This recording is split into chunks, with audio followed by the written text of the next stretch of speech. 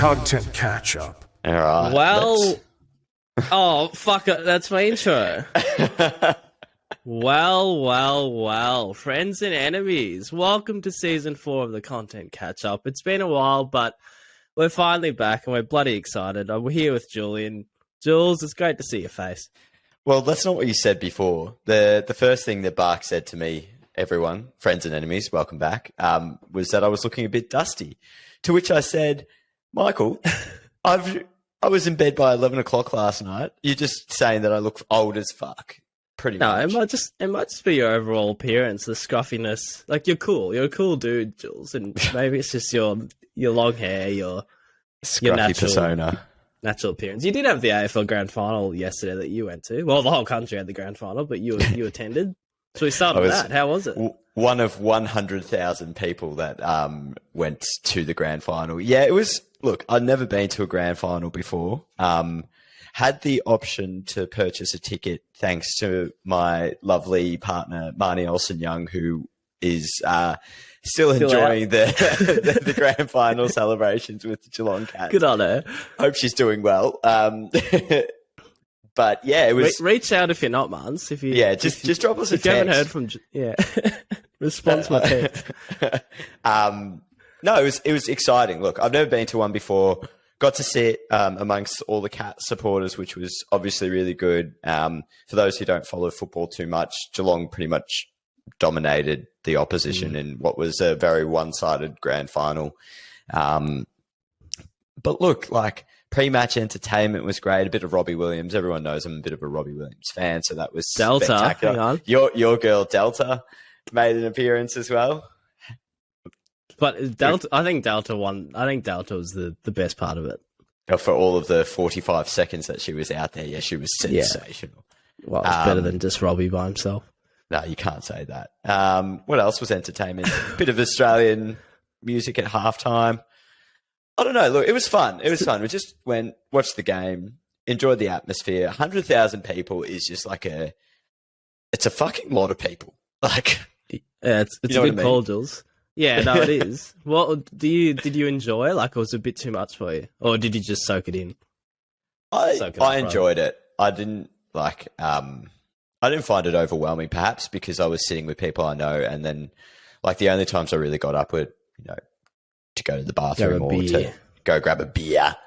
So it wasn't like, I was stuck in crowds or anything for too long. I imagine if you had got there late or like slightly later and you were trying to line up to get in and it was thing. But anyway, that's getting away from it. The whole experience was great. Would I do it again? Probably not as a neutral supporter. I'd go for my own team. Actually, I don't know if I could go for my own team. Like, I think that'd be too stressful. Nah. But like, if you had the opportunity. Yeah, I don't know. It's like once in a lifetime thing. Well, I'm only going to live one lifetime, so I've done it now. Tick it off the bucket list. No, for your own team, you dimwit. Anyway, let's talk about me. Dimwit. Fuck no, it. Actually, let's get off the grand final. Let's go back to since we stopped season 3, let's have a bit of a catch up on our lives. Jules, let's start with you over in. We just started with me. Let's talk about you for a bit. This is not just the Julian Walls podcast. What do you want to know? What have you been doing since season 3 finished? Talk to us. Oh, season 3. I had a bit of a busy period with freelance shoots, which was a bit of fun. So, a few big names to throw around. Just humble brag. Had one with Sam Kerr. First off, that was great. At least it wasn't Wanker. I was going to say I've missed these calls, but I really don't sometimes. I had a Sam Kerr shoot with the Female Athlete Project, which was a lot of fun. So the Female Athlete Project, a lot of you probably already know, but is a great brand / podcast / bit of everything, just celebrating women athletes and women in sport. So they got me on board to help Chloe Dalton. So Chloe Dalton is the founder. Shouts Chloe. And then after Sam Kerr, the following week, Seth Curry, NBA. I was going to say, I'm not going to be the Australian media. NBA player, he's not a superstar. Because, Australian media calls everyone superstars. Yeah. And not brother of not a superstar. I was going to say, for people that don't follow the NBA, Steph Curry is probably the one you'd heard of, but Seth Curry, I don't know why their parents would do that. is the brother, but he was down at a facility called Hoop City that he sort of ran a basketball camp. He had a bit of a tour in Australia. So, yeah, two big names, Jules. Let's wind this back a bit. First of all, if you were to compare yourself and Darren to the Steph and Seth Curry dynamic, same brothers, who would be Steph and who would be Seth? What, like a basketball thing, or like who's succeeding in life? Yeah, who's the alpha of that brother relationship? I don't know. I can't. I don't have an answer for that, Jules. Yeah, that means you're saying yourself and as also, you're saying you're Steph and Darren. Seth. Not at all. It's also assuming that Seth Curry isn't doing well in life, which he's doing very well. It's just that obviously Steph outshines him probably a bit with the basketball. Significantly. Anyway. Yeah. That's question one. And tell us a bit about, Sam Kerr. What was she like? Obviously, one of Australia's most high-profiled athletes. One of the most high-profiled athletes in the world. What was she like? Yeah, so I guess most of you know, but soccer player, as you said. Who did she play for in the actual... Everton? Yeah, it's Chelsea? I think Chelsea, maybe. Anyway. One of the blue massive teams. Name. Yeah, massive name, massive sort of star in the Australian sports and sports all over. But in person, you couldn't tell. Like, she was that down to earth, very approachable, very normal. And you probably wouldn't, from what I've heard, you wouldn't expect anything less from Sam. Like, from what I've heard of everything, she's just that. That's what you expect. Yeah, like there's just like a small room when we recorded the podcast, and she was very like welcoming, very normal. Sort of a funny contrast between her and Seth Curry, like just how one, I'm not going to say Seth was cold, but he definitely wasn't as warm and approachable as Sam. So it's like a bit of an interesting, yeah. What do you think that is? Do you think that's a bit of ego, or do you think it's just personality? I don't know. Like, it might be a bit of like the culture. Like, I'm not going to say Seth. He didn't come across as rude. Like, he's a lovely guy, especially to the kids. Like, very open with his time and whatnot. But just I hate to use the word vibe. Oh, Mum's FaceTiming. Should I call? No, yeah, put her on. No, sorry, Mum. Call you back later. But he was just like, yeah, like we mic'd him up for the content we did, and it's just. Yeah, like it wasn't very warm is how I'd describe it, but he was all right, whereas Sam was very warm, very, very normal. Very friendly. I'd say. So take that what you want. So a lot going on there for you. Be some big dogs in the freelancing world. Are we going to touch on something that you've managed to forget within this? Is the sleepover party that you freelance for? The Sophie Cassia slumber party 6 months ago. Yeah, well, we haven't spoken about it. Now, let's walk through this one. So Sophie Cassia, pardon me if I'm not pronouncing it correctly, one of Australia's leading influencers, has a lot of brand, not in the sports world, so a bit out of the ordinary for you to be shooting this. I've got to say, not as a knock, but it's not your bread and butter. Hey, you got to wear many hats, as we know. Well, you've got to wear many pairs of pajamas. Yeah, good one. Talk us through it. What was the pajama choice you went for? Because I don't imagine you was a pajama man. Did you have to go and buy some? I didn't wear the Cassia pajamas. Let's get that clear. No, this one is a very random freelance shoot that came up through her partner and now fiance, I think, Maddie Garrick, basketball player. Done a bit of work for Maddie, and that popped up that they needed a bit of a videographer at their pajama party launch night. This was like a good 6 months ago, and I got to say, I was in the prime of it was just before surgery, and I almost stuffed up my knee by bending down to get the right angle there. So that's my main memory from that shoot. But yeah, not much to tell, a bit different, but oh dear, got to be adaptable. I would have loved to see you in that setting, just crouching in the corner where everyone's in their pajamas. You big creep. I nearly stacked it down the front when I nearly hurt my knee, but luckily I didn't. Hey, fun segue here, Jules. So I've been just throwing a few big dog names at you. What famous people or athletes have you met in your life? If you need a bit to think about it, I want to start with segue from the AFL Grand Final. Delta Goodrum, I've met her. Yeah, you've met Delta. I'll throw two others at you. Dr. Harry. Harry's practice. Dr. Harry, and Tom Gleeson were the three I had. I don't think I've ever met anyone that famous. Fuck, if you met the run sheet, this would be a good discussion point. But anyway, I put some effort into that run sheet. I read through it and sent you some notes on it, you wanker. Don't pretend like I didn't read it. Via text, dickhead. Not today. I've sent you some thoughts on it, though. It's not like I haven't read it. I just don't have anyone that I've met that's famous. Oh, okay. Yeah, fair enough. All right, well, that was fun. That was a bunch of shit. Thanks, mate, for saying how boring I am. I did meet a band called Carnival once.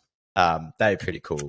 And I was backstage for a Vampire Weekend concert. That was awesome as well.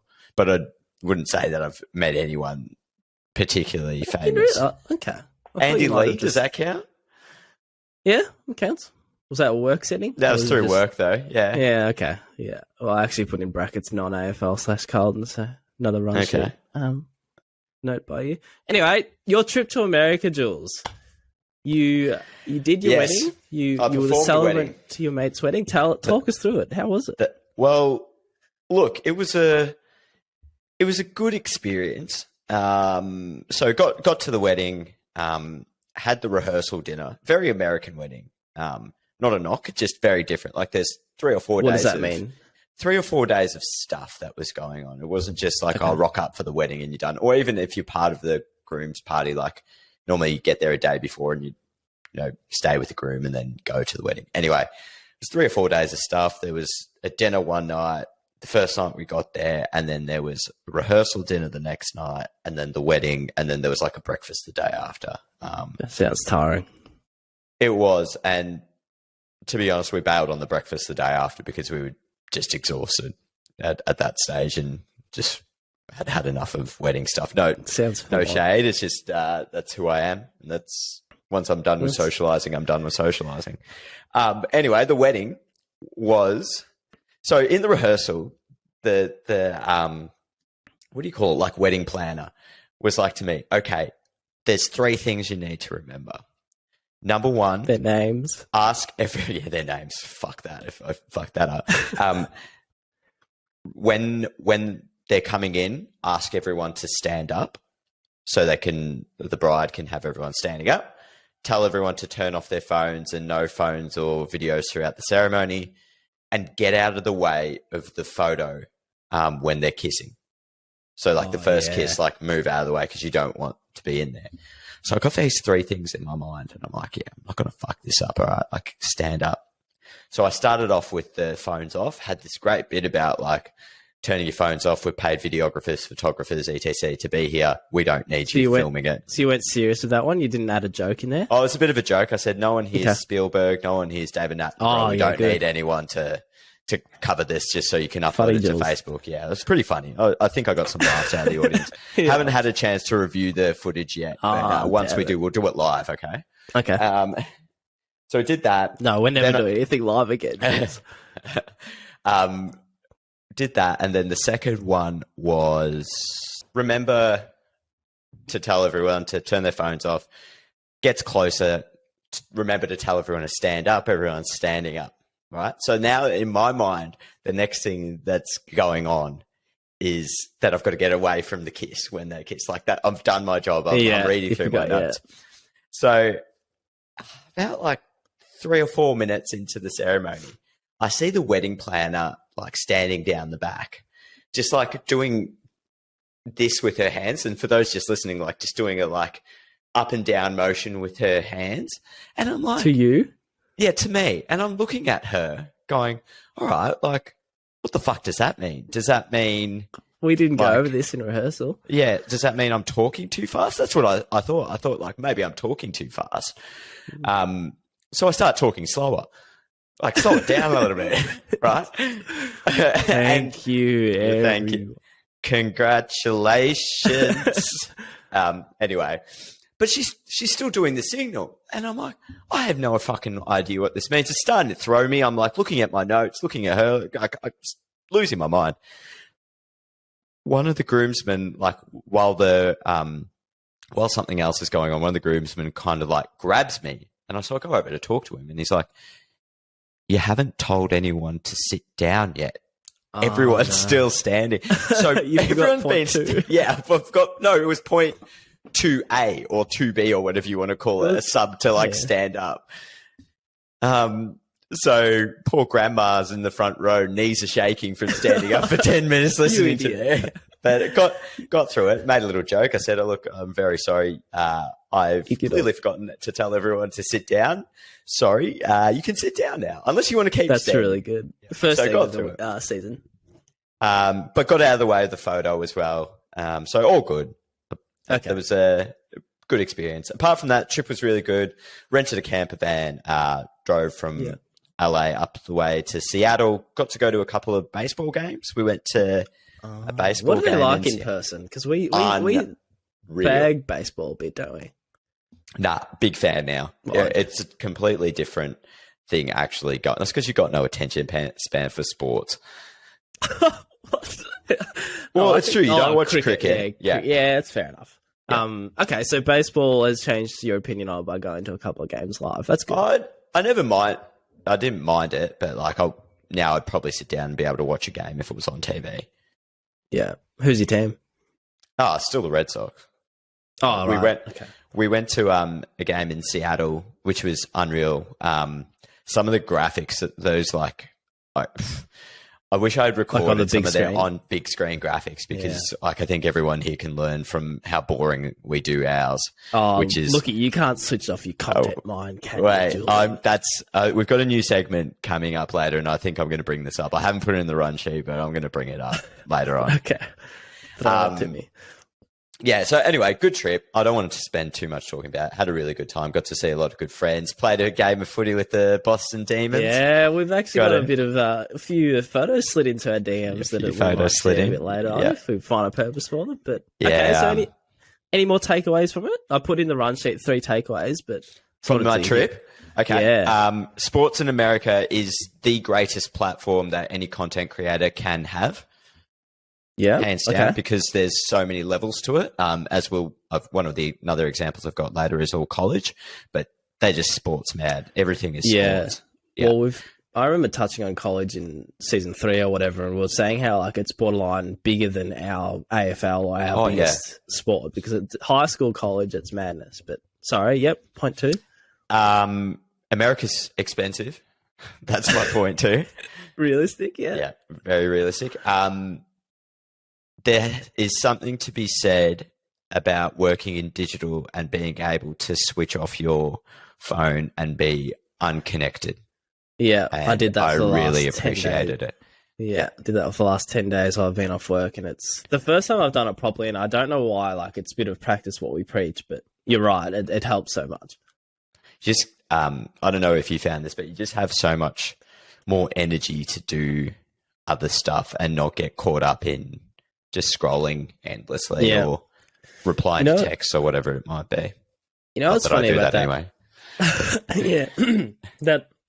So I wanted to touch on that because I thought of you when I did the same thing with my emails, Carlton emails, when I've been off, and I had I think it's only 40 something emails, but that really irritated me, having that read 40 something emails, but then embracing it actually makes you feel good because I'm missing shit and I'm embracing missing it.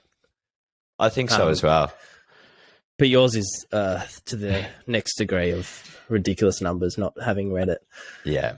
Anyway, that's enough of all that shit, I think, isn't it? We covered off the off-season? We've covered off the off-season. Each episode we do, I want to do a bit of a catch-up because it's sort of like a week in review of our lives. So I just wanted to quickly touch on the Brownlow, because not every team gets to have a Brownlow medalist in the AFL, and if you don't follow the AFL, it's basically the league's best and fairest. So we, at Carlton, had Patrick Cripps, and he won the Brownlow. So I had the week off, Jules. I did make a little quick video just in case we won, which is great to see it being used. But apart from that, I had nothing to do with it. So how was it? It was actually quite interesting to follow it from someone who's not part of it, who's just following the content. But quick touch on the Brownlow. Yeah, I think it was one of the more exciting Brownlow counts that I've watched in years. It did come down to the last vote. So we, as with everything, we had some stuff ready to go just on the the thing or the chance that Cripper won. We highlighted him as our best chance to win. We're probably lucky we're not from a team like, I don't know, Brisbane or Geelong or Collingwood, where there's multiple people that could have won it. But yeah, it was chaotic in the end, just trying to get everything done. But it was a pretty fun experience. Like, the team did a really good job of actually covering it in the end and making sure. So Brownlow ends at, let's say, 10:30 at night. Cripper's the winner.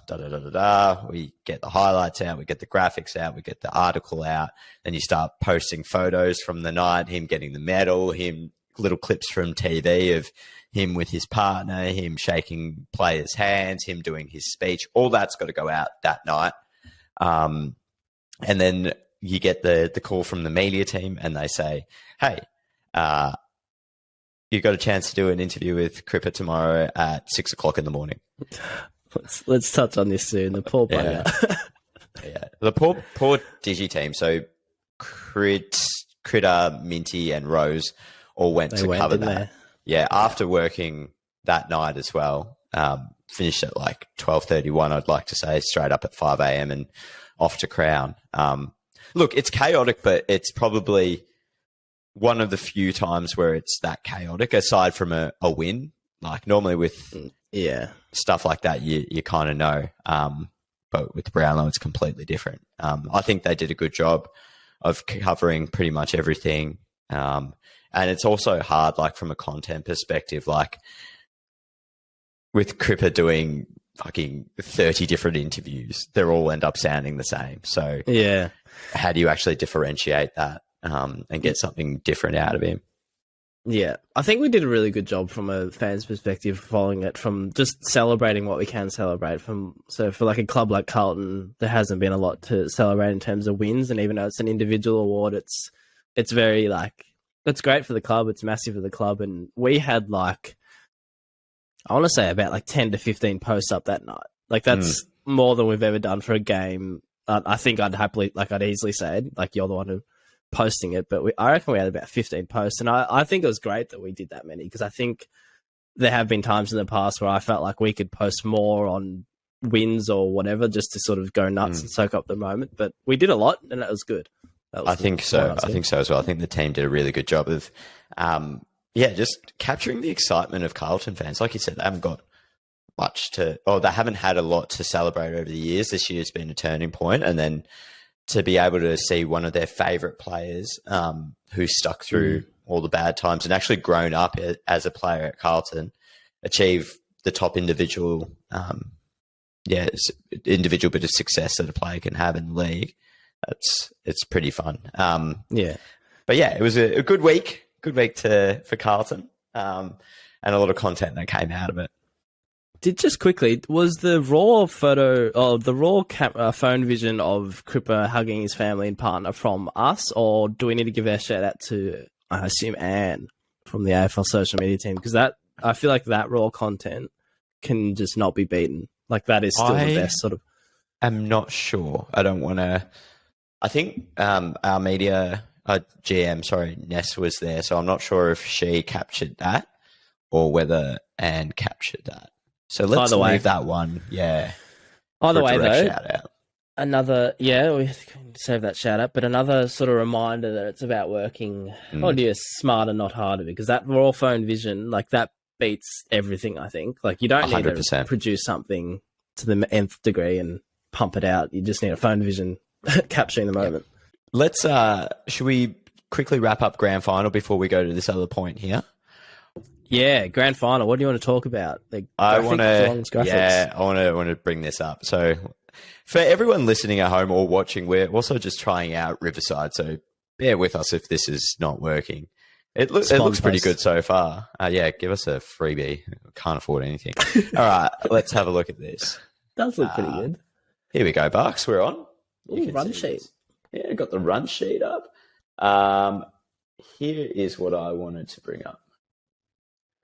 So all year, Geelong have been saying or critics of this team, Geelong Cats, who won the premiership yesterday, was that they're too old. Their average list age is something like 30, which sounds crazy, but in football, that's pretty old considering like other teams are 24, 25 as like a prime list age is what they say. So I think that the start of the year, commentators were saying, "Oh, too old, too slow. There's no chance." So this graphic that they've produced, the caption that goes along with it is "Too old, too slow, too good. The cup will look great down at the retirement home." And what they've done is they've got an illustrator to make two of their players, Tom Hawkins and Joel Selwood, look really old, with like a wheelchair and a walking frame in the background, holding up the Premiership Cup and Geelong retirement home just on the race, behind them. Love it. Unreal. And do you know who made this, Jules? I want to say it's our friend Lee Olsen. It's our friend of the show, guest of the show, Lee Olsen. Now I think he's done a few bits of work for the Geelong Cats, and as soon as I saw this, I actually don't have confirmation that he even did this, but I'm 99% sure because it's just his style all over. I'd say it would be. Let's Lee, if you're listening to the show, let us know if this was you, because I have a feeling it was as well. But sorry. No, I was going to say this is also great because I was worried this was their first post celebrating the Premiership, and I'm like, oh, like, do you want to go with funny, like, not that it really matters, but like, surely go with something a bit more like celebratory before this one. But I think they had an actual Premiership post before this one. Let's have a look. I think they did. I think it was an all of team one or something. Oh, the second one. They actually did go this one first. They had their final score. Oh, that's good. That's fine. Yeah. Shit game for a generic fan though. Blowout. It was a bit of a blowout, wasn't it? That's right. But yeah, good clap back. I think you, as a social media admin, you'd be waiting for an opportunity to do something like that, wouldn't you? Yeah, I think so. It's always good when you run with the sort of the outside noise, and you can sort of poke fun at it when you push it back in their face. Everybody loves a bit of that. Now, did you want to talk about anything that you've learnt over the period, or should we jump into some content? No, let's jump into the content. The only thing I learned how to do on my week off was I've read a book for the first time in 20-odd years. Jesus Christ, what was it? It was called Twisted. It's a thriller book in Elise's collection, and I finished it last night, actually. So everyone go out and read a book because it actually is quite enjoyable. Away from the thrilling? Yeah, I was thrilled. Wonderful. Socks off. I'll put them back on. It's a bit cold. Anyway, let's jump into some content, Barks. What have you got? Yeah, content for me. Documentaries aren't dead, Jules. Cop that. Cop that, wanker.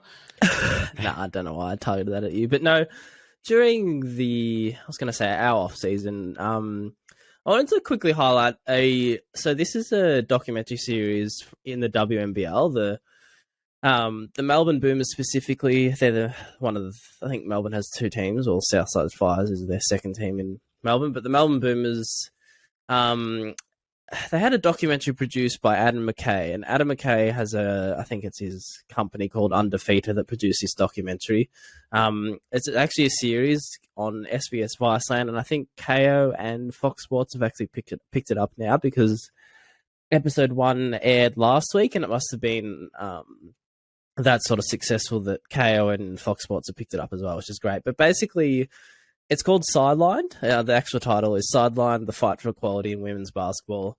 And I'd highly recommend anybody, even if you're not into basketball, but just sort of want to get an insight to what the WNBL league actually is like, and I guess what the players are like as well.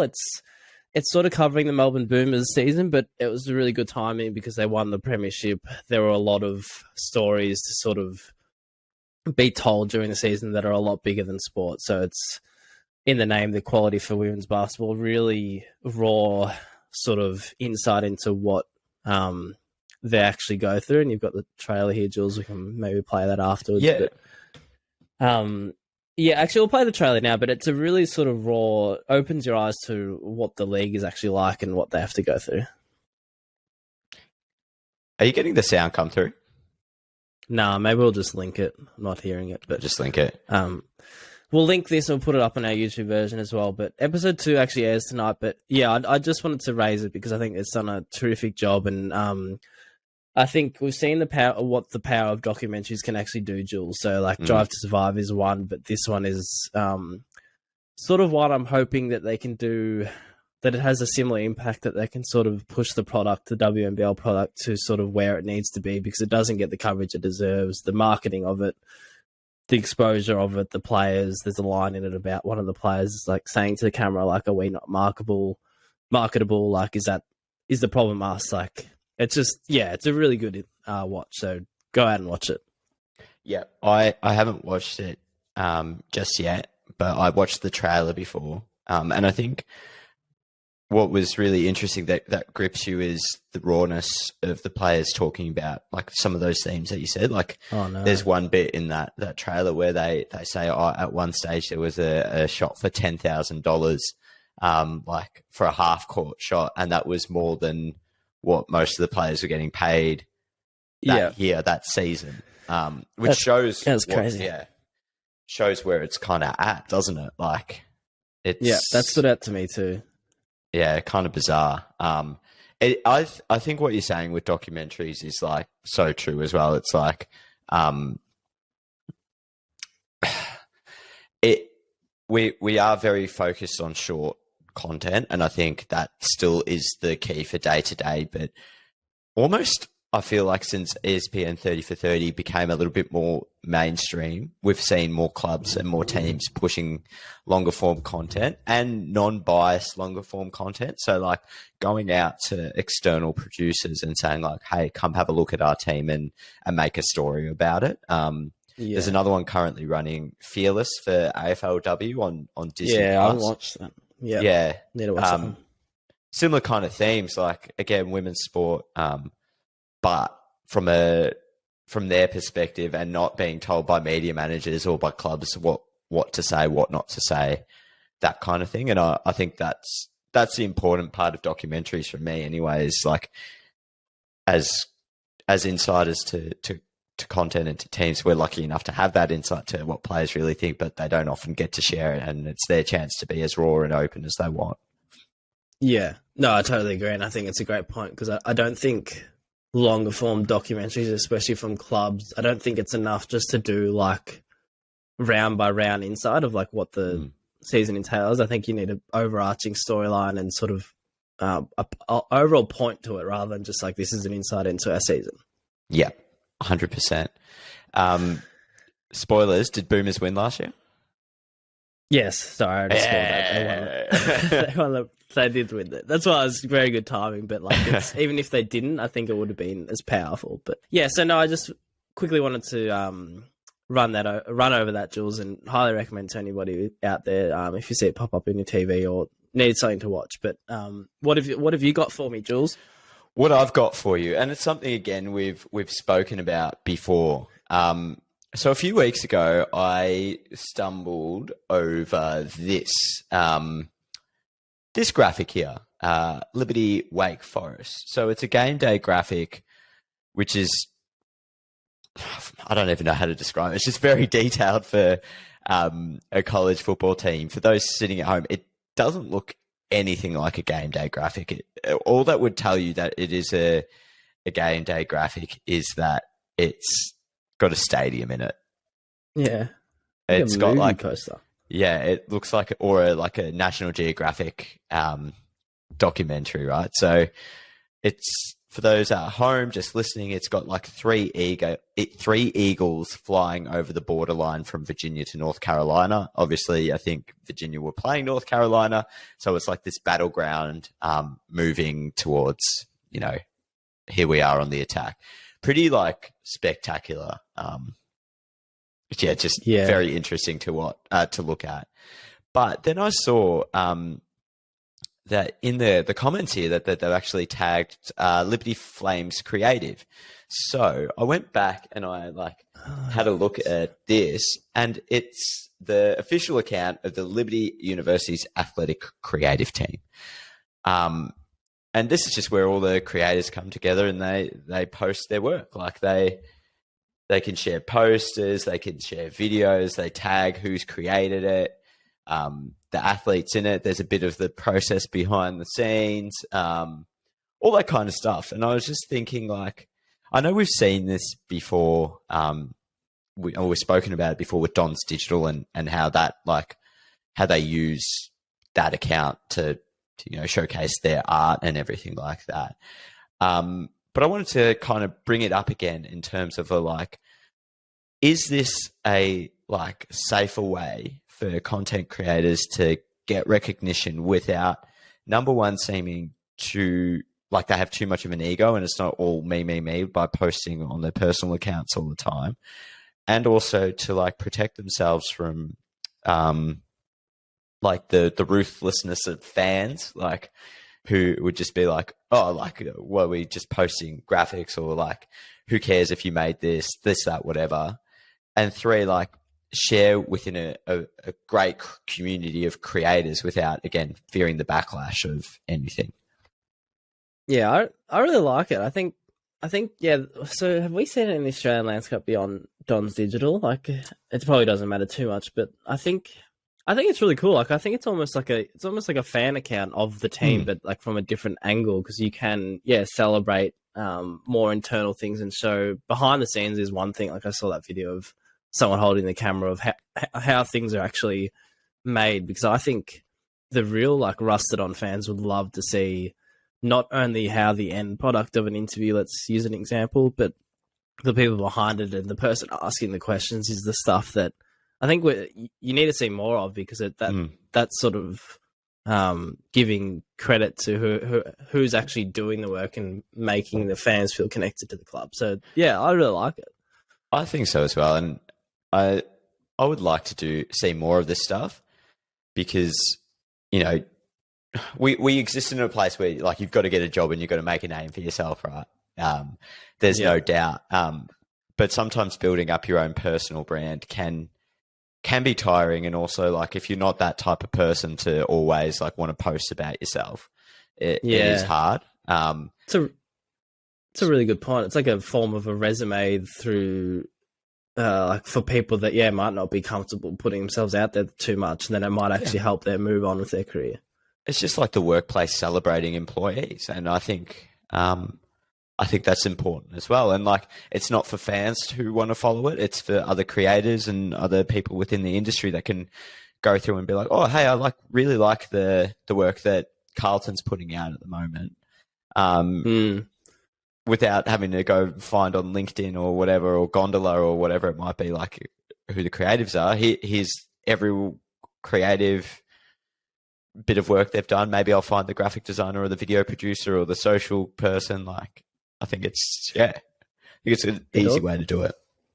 You can also post things that, if remember your wishful segment of the stuff that doesn't get used, so graphics that you might make for a Paddy Cripps brand that doesn't get used, you could easily post it on this. Yeah, the cutting room floor stuff. Cutting room floor, that's the one. Yeah. Do you think you draw the line that if this feels like an account you've got to manage, this is great, but what if it got to the point of it feels a bit more of a chore, what are we going to post on the Liberty Frames Creative? We haven't had a post for days, or is that you really need an understanding of this is for us, this is fun. We don't need to put time into planning out posts.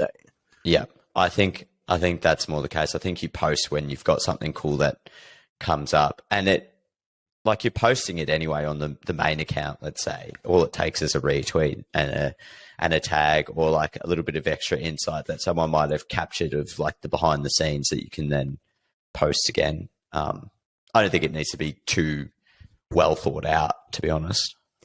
No, one of my favorite examples, just to close this off, one of my favorite accounts to follow actually for the Los Angeles Clippers, my NBA team, is clippers.jpg, and this is one of the first ones that we actually talked to Darren about it for the NBL. They do one as well, but it's literally just all the best Clippers photographers, all the best Clippers photos from whatever it might be, but it's there doesn't need to be purpose behind, an angle behind it. It's just posting the best photography. And it sounds like such a simple concept, because it is, but it gives the fans such great insight into how many photos they actually do take.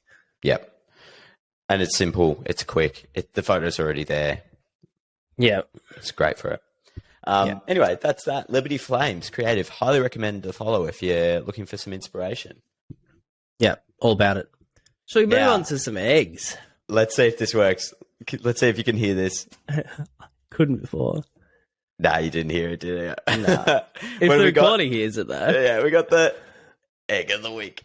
Yeah, I'll just take your word for that it worked. But new and improved Riverside. Thank you for your help with the audio assist. Now, Jules, I've got a quick egg from yesterday. Yeah. Now we love.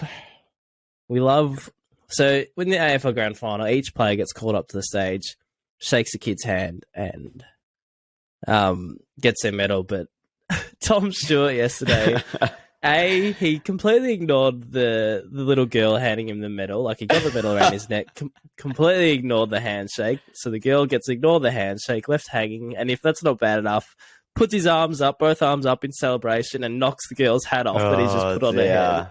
On an egg. Egg. Even though he's just won a grand final, it's still an egg. No, stuff it. Yeah, fuck him. Still an egg. Poor little girl. So good stuff. Good stuff from the All Australian there. Good find. What have I got for egg of the week? Oh, yeah. Of course. There we go. He's always in it. Saw this the other day. I think this would also cause some late night trauma for you, Bark. So this is a promo that was run, I think, during either the NFL or some major sporting broadcast in America. Have a look at this. Media offline. Oh no! Oh, that is awful. How many people would that go through to actually get missed though? Like, that's dear.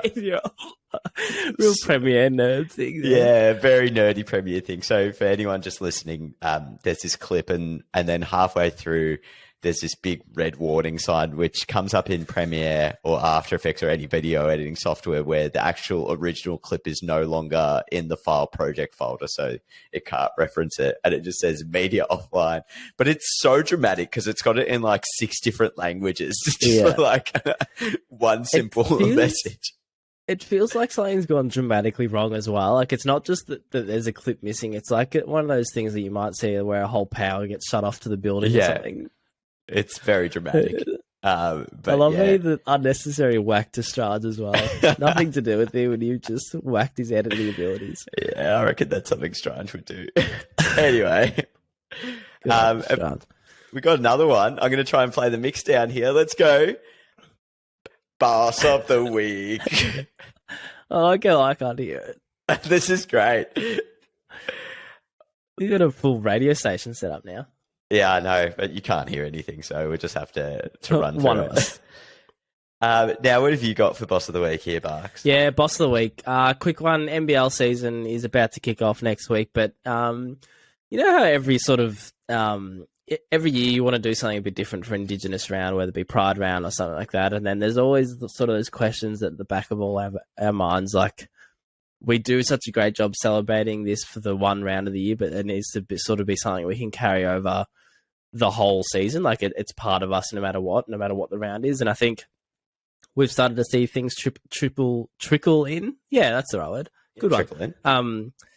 Quick boss to Perth Wildcats and Sydney Kings, who for their playing uniforms this year have got, whether it be, I think the Perth Wildcats have an Indigenous trim down the side of their uniforms, and Sydney Kings also have something that represents either the land they're on or the history of a certain players or their club when it relates to Indigenous culture. So shout out to them, because I think it's a very good, I don't know what your thoughts are, Jules, but I think it is a very relevant point where we all celebrate the round really well, but how do you include it into your team full time?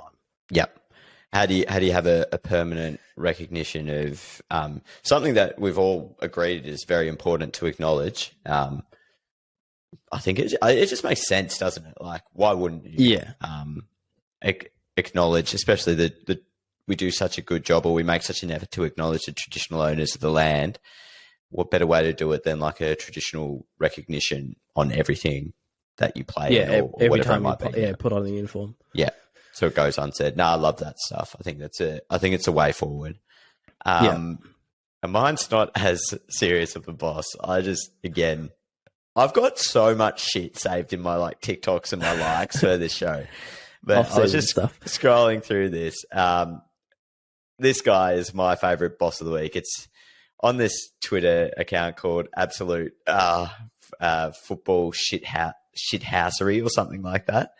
Oh no, I fucked this up. And the tweet says, "Disgusting. No space for behavior like this in football." And it's just a close up of the walking through the screen. And there's a guy in the background that's just like making a funny face, like sticking his tongue out. It's such good. I love the interaction that tweet gets. Oh, it's just the innocent clever. fan stuff. Yeah, I love that. That's my boss of the week. Yeah, good boss. That's the best stuff that you find on Twitter. I love that. The last fun segment. What do you want to do? Fun segment. You like, introduced this because it was your idea and I love it. Well, but like, do we need do we need a name? Do we need what it is? Because we don't really know what it is. For everyone listening at home, we wanted to add something in to the end to finish off with a bang, as is seen in our run sheet notes. But we want it to be either a controversial opinion that one of us has on content and sports, or a controversial call, or something that will start a bit of an argument between the two of us, or discussion, let's say. Because we love it. All right, discussion. Yeah. So I'm going to kick this off first because I've got one. It doesn't need a visual representation. What are we calling this, Jules? We want to come back to this, or why don't we call it the punch on? The punch. We need to relate to content. We need a working title for this one, but basically it's an excuse to argue at the end of every episode. Yeah, we'll come up with a name and we'll work it in. Maybe we'll take a vote during the week. Yeah. My one. I reckon this is gonna cause a bit of a stir amongst my graphic designer friends. I am starting to think that every team's sports graphics in the AFL are looking the same. I am not arguing with you. Oh. I think like graphics in general, or like do you have a specific game day? I'd say let's go with like game day. I think that they're all starting to fall into a very similar look and feel of like big person stadium that they're like standing or sitting in, or like some sort of element, blurred motion. You hate your blurred text through the air. No, I don't hate it. I really love it, but I'm just saying like it's all starting to feel like I look through every club account and it's about the same. That's my take. Yes, for the most part, I agree. So we're not going to fight this one. We'll ease into this a little. I think the AFL landscape particularly is doing a very good job of changing up each game day, starting to look different. And I don't know if we've inspired this, Jules, but it's something we touched on a few months ago. Yeah, I reckon it was us. So I'll leave it at that. I agree 95% with you. I think 5%. No, actually, I agree with you. Let's see something new. We want to see something changed up. Yep. And that's not a whack, because I think it would be bloody hard to come up with a new style. Oh yeah, just following trends. Yeah, let's not take that away. Look very similar. Be bloody hard, but that's the challenge. It's not an easy world out there, so suck it up. I want to throw a quick one at you, Jules, just because we put it on our Twitter during the week, and I want to get your opinion on this. When you do something tricky, or that you feel is quite a hard thing to do in your role, or when in past roles, let me start this again. During the week, I saw a nice behind the scenes video of how someone did something on After Effects, and it got me thinking about if I were to do something tricky with my role, something that I don't think a lot of people knew, would I happily show people how I did it, or would I keep it to myself because there's a bit of pride in that, and it's a competitive world out there? And I think I would lean towards just keeping it to myself. Okay. Why? Because I think it's the creative world, you've got to stand out. And I think selfishly, it depends what it is. Like if it was this, I'm thinking massive, like big picture. If I did this unbelievable thing that nobody knew, hypothetically, nobody knew how I did it, I would find joy in keeping that to myself. Mm-hmm. I think I'd share it with. If people asked, I think I'd share it with my team, but there would be a part of me that would be like, "Nah, stuff you." Like I like that I did this and nobody knows how I did it. Because isn't that just part of the creative world? Yeah, I think so. But it kind of goes against everything that we. It does, doesn't we it? say. That's the other part of it. I'm going to partially agree, but more so lean towards disagree. I agree because, like, I do it with certain things. Like, I'm probably not approaching this in the same like creative way that you are, but like I do a lot of digital advertising, right? And I'm so keen on keeping that.